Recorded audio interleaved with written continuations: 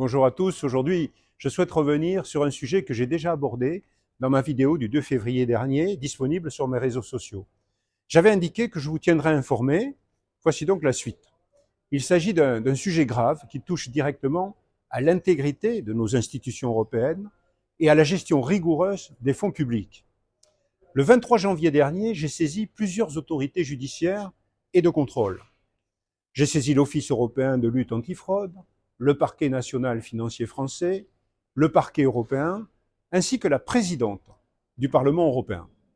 Mon signalement portait sur des faits qui, s'ils étaient avérés, pourraient relever de la corruption, du trafic d'influence et du détournement de fonds publics.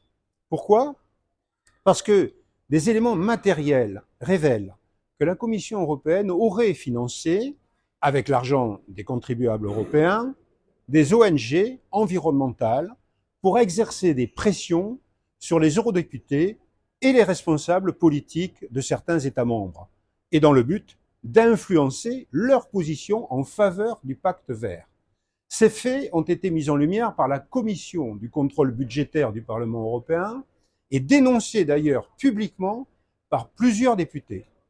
Certains d'entre eux ont parlé d'un véritable système de lobbying fantôme qui sape la confiance dans nos institutions. Même le nouveau commissaire européen au budget a dû reconnaître que ces pratiques étaient, je le cite, inappropriées. Face à la gravité de ces révélations, le parquet européen a décidé d'examiner mon signalement et m'a demandé des précisions afin d'évaluer l'ouverture d'une enquête. J'ai donc complété mon signalement initial portant sur la nature exacte des contrats concernés, les montants en jeu qui représenteraient jusqu'à 15 millions d'euros et les infractions potentielles. Alors je vous donne un exemple précis. Selon des documents dans la presse, s'est fait l'écho, un contrat signé entre la Commission européenne et l'ONG Bureau européen de l'environnement prévoyait que cette organisation devait produire au moins 16 exemples où le Parlement européen a renforcé la législation environnementale grâce au lobbying de cette ONG.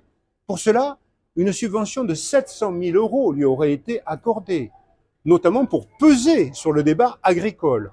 Pire encore, selon un eurodéputé membre de la Commission du contrôle budgétaire, des fonctionnaires de la Commission européenne eux-mêmes auraient participé à ces campagnes de communication financées avec l'argent public.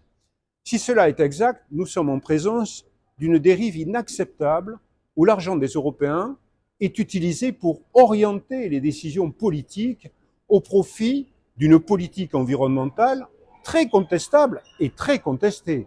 C'est pourquoi je réaffirme aujourd'hui la nécessité d'une enquête approfondie et d'une transparence totale sur l'utilisation des fonds européens. Les institutions de l'Union doivent être exemplaires et ne pas sombrer dans des pratiques douteuses et peut-être même illégales. Mon groupe des Patriotes pour l'Europe reste mobilisé sur ce dossier pour que toute la lumière soit faite et que les responsables rendent des comptes. Je vous dis donc à très bientôt pour la suite des informations. À bientôt.